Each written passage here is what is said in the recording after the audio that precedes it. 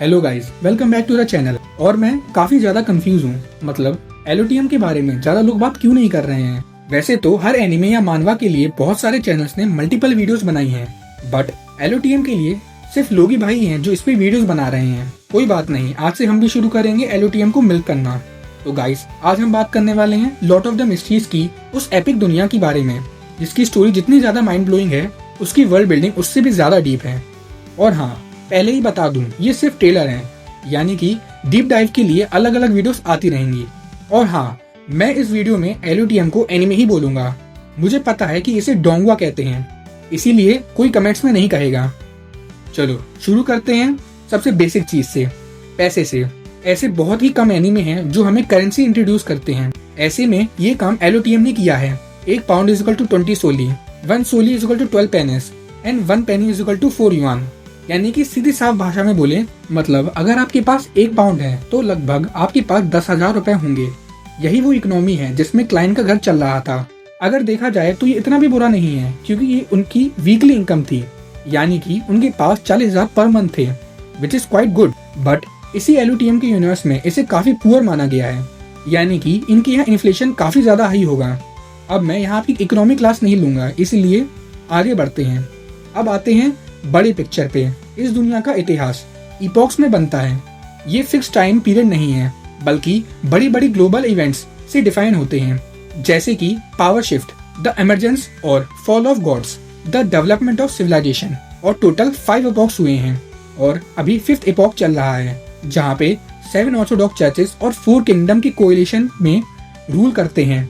और 5th epoch को सबसे ज्यादा स्टेबल माना गया है। फर्स्ट इपॉक या फिर लॉस्ट एरा, शुरुआत काल, सबसे पहले की गॉड्स मॉन्स्टर्स का जमाना था, जहाँ पे सबसे पहले लाइफ क्रिएशन हुआ। सेकेंड एपॉक, सबसे पहले सिविलाइजेशन आई, जैसे कि एल्व्स, जहाँ पर कॉन्फ्लिक्ट और पीस दोनों थे। थर्ड एपॉक, जहाँ से ह्यूमन का डोमिनेंस शुरू हुआ। इसी टाइम पर सबसे पहले ऑर्थोडॉक्स चर्चेस बनाए गए थे। फोर्थ एपॉक, जहाँ पर गॉड्स फ्रीली घूमते थे और बहुत सारे वॉर्स हुए, जैसे कि the very renowned war of the 4 emperors, Solomon empire और टूडोर एम्पायर इसी टाइम पे खत्म हुए थे। फिफ्थ एपॉक, करंट इसी एपॉक की नॉर्दर्न कॉन्टिनेंट की पॉलिटिक्स का राज है 7 चर्चेस और 4 मेजर नेशंस और उनका पार्टनरशिप। फर्स्ट, लियोन किंगडम, जिसकी इंस्पिरेशन विक्टोरियन ब्रिटेनिया से ली गई है। यहाँ एवरनाइट गॉडेस और लॉर्ड ऑफ स्टोन्स की चर्चेस डोमिनेंस में है। इसी किंगडम में इंडस्ट्रियल रेवोल्यूशन सबसे ज्यादा है। फिर आता है इंटेस रिपब्लिक, जिसकी इंस्पिरेशन रेवोल्यूशनरी फ्रांस से ली गई है। ये किंगडम रोजेल रेवोल्यूशन के बाद बना था। यहाँ इटर्नल ब्लेजिंग सन और स्टीम एंड मिशनरी की चर्चेस का इन्फ्लुएंस है, और इसकी हिस्ट्री लियोन किंगडम के साथ कुछ ज्यादा अच्छी नहीं है। फिर आती है फेनापोटा किंगडम, नेचर से क्लोज, एग्रीकल्चरली स्ट्रॉन्ग, अर्थ मदर चर्च का डोमिनेंस है, बिल्कुल अपने इंडिया की तरह।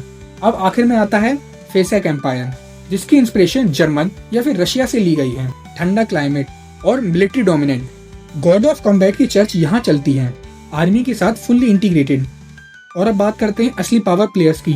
7 ऑर्थोडॉक्स चर्चेस, हर चर्च की एक स्पेसिफिक बियॉन्डर पाथवे कंट्रोल करता है और अपना खुद का सीक्रेट ऑर्गेनाइजेशन चलाता है, जैसे कि the church of Evernight goddess, secretive, इसका ऑर्गेनाइजेशन नाइट हॉक्स है, डार्कनेस और डेथ पाथवेज को कंट्रोल करते हैं।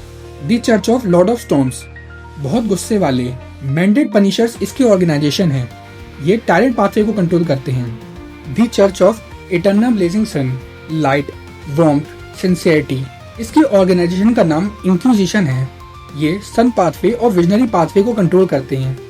The church of god of knowledge and wisdom, knowledge is power, intelligence के बेस पे ये डिस्क्रिमिनेट करते हैं, ये व्हाइट टावर पाथवे को कंट्रोल करते हैं। The church of earth mother, nature, fertility, balance, इनकी ऑर्गेनाइजेशन का नाम फर्टिलिटी ऑर्डर है, ये मदर और मून पाथवे को कंट्रोल करते हैं। फिर आता है church of god of combat, pure muscle power, ये फेसेक एम्पायर की बैकबोन है, ये कंट्रोल करते हैं टॉयलेट जाइंट पाथवे को। The church of steam and missionary, industrial, neutral, missionary have mind इसका ऑर्गेनाइजेशन है, ये पैरागन पाथवे को कंट्रोल करते हैं। आई नो मैंने काफी ज्यादा जल्दी बताया है, पर चिंता मत करो, इसके ऊपर अलग सी वीडियो आएगी। इन्हीं चर्चेस के अंडर काम करते हैं नाइट हॉक्स, पनिशर्स जैसे ऑर्गेनाइजेशन, जो नॉर्मल पब्लिक से सुपरनेचुरल इंसिडेंट्स को छुपाते हैं। अब आते हैं सबसे इंटरेस्टिंग पार्ट पर, बियॉन्डर कैसे बनते हैं। सिंपल नहीं है, रिस्क बहुत है। 22 अलग अलग पाथवेज हैं, हर पाथवे में 9 सीक्वेंस होते हैं। सीक्वेंस 9 लोएस्ट होता है, सीक्वेंस 1 डेमिगॉड लेवल पे होता है। ऐसे में हर पाथवे के अपने पोशन फॉर्मूला होते हैं जो चर्चेस कंट्रोल करते हैं। बड़ा रिस्क ये है लॉस ऑफ कंट्रोल। अगर ठीक से पोशन डाइजेस्ट नहीं हुआ तो पागल हो जाओगे और मॉन्स्टर बन जाओगे। द एक्टिंग मेथड, ये है राज। पोशन पे सीक्वेंस का नाम लेकर एक्ट करो। जैसे शेयर हो तो एक्चुअली डिविनेशन करो, तभी पावर सेफली डाइजेस्ट होगी। अब इन सब चीजों में मैं ज्यादा नहीं घुस रहा हूँ क्योंकि ये स्पॉइलर हो जाएगा। 2 गोल्डन रूल याद रख लेना। फर्स्ट, बियॉन्ड द कैरेक्टरिस्टिक्स कभी डिस्ट्रॉय नहीं होते। सेकंड, सेम पाथवे की चीजें एक दूसरे को अटैक करती हैं। इसी से बहुत सारे प्लॉट ट्विस्ट आते हैं। अब बात करते हैं गॉड्स की। गॉड्स भी अलग अलग लेवल्स के होते हैं। सबसे पहले ट्रू गॉड्स, वो 7 चर्चेस के गॉड्स स्टेबल हैं, वर्शिप होते हैं, evernight, lord of storms, blazing sun etcetera.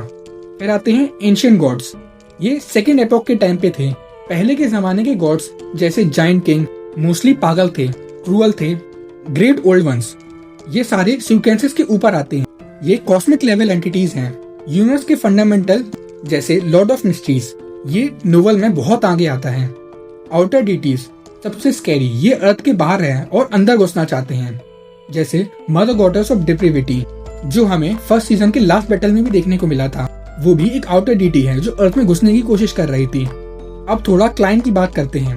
उसका सबसे बड़ा ट्रम्प कार्ड है द ग्रे फॉग या सेफीरा कैसल। ये एक अलग ही डायमेंशन है जो उसने डिस्कवर किया था। यहाँ कोई डिविनेशन, कोई डिटेक्शन काम नहीं करता। यही जस्टिस, ऑड्री और हैंगमैन यानी एल्गर जैसे मेंबर्स आपस में मिलते हैं। यहाँ बैठ के डिविनेशन करें तो एक्यूरेसी बढ़ जाती है। खतरनाक सील्ड आर्टिफैक्ट्स यहाँ सेफ रहते हैं। कुछ और चीजें जो जानना जरूरी है, जैसे एम्परर रोजेल गुस्ताव दूसरा ट्रांस माइग्रेटर था जो चाइना से था। उसने इंडस्ट्रियल रेवोल्यूशन शुरू किया इंटेस रिपब्लिक में और अपनी चाइनीज डायरी छोड़ गया जो क्लाइंट की सबसे बड़ी गाइड बनी। कार्ड्स ऑफ ब्लास्फेमी, रोजेल ने इन्हें 22 कार्ड्स में बनाया था। हर कार्ड एक पाथवे का पूरा नॉलेज रखता है। हाई लेवल ट्रेजर है ये। सील्ड आर्टिफैक्ट्स, मैजिकल आइटम्स जो पावर देते हैं और एक डेंजरस ड्रॉबैक के साथ। चार्जेस इन्हें ग्रेड 0 डेडलियस्ट से ग्रेड 3 नॉट सो डेंजरस तक क्लासिफाई करते हैं। तो गाइस, ये था लॉर्ड ऑफ मिस्ट्रीज की दुनिया का एक बेसिक ओवरव्यू। आगे आएंगे अलग अलग टॉपिक्स पे डीप डाइव वीडियोस, जैसे टैरो क्लब, पाथवेज, क्लाइंट की जर्नी और भी बहुत कुछ। ऐसे में ऐसे काफी सारे सवाल है जिसका आंसर अभी तक नहीं मिला है। जैसे क्लाइंट की डेथ सीजन 1 में होने के बाद उसके बियॉन्ड द कैरेक्टरिस्टिक्स का क्या हुआ। अगर आपको ये वीडियो पसंद आई तो लाइक करो, शेयर करो और सब्सक्राइब करना मत भूलना। कमेंट्स में बताना आप और क्या जानना चाहते हैं। नेक्स्ट वीडियो तक के लिए till then stay hype, stay otaku.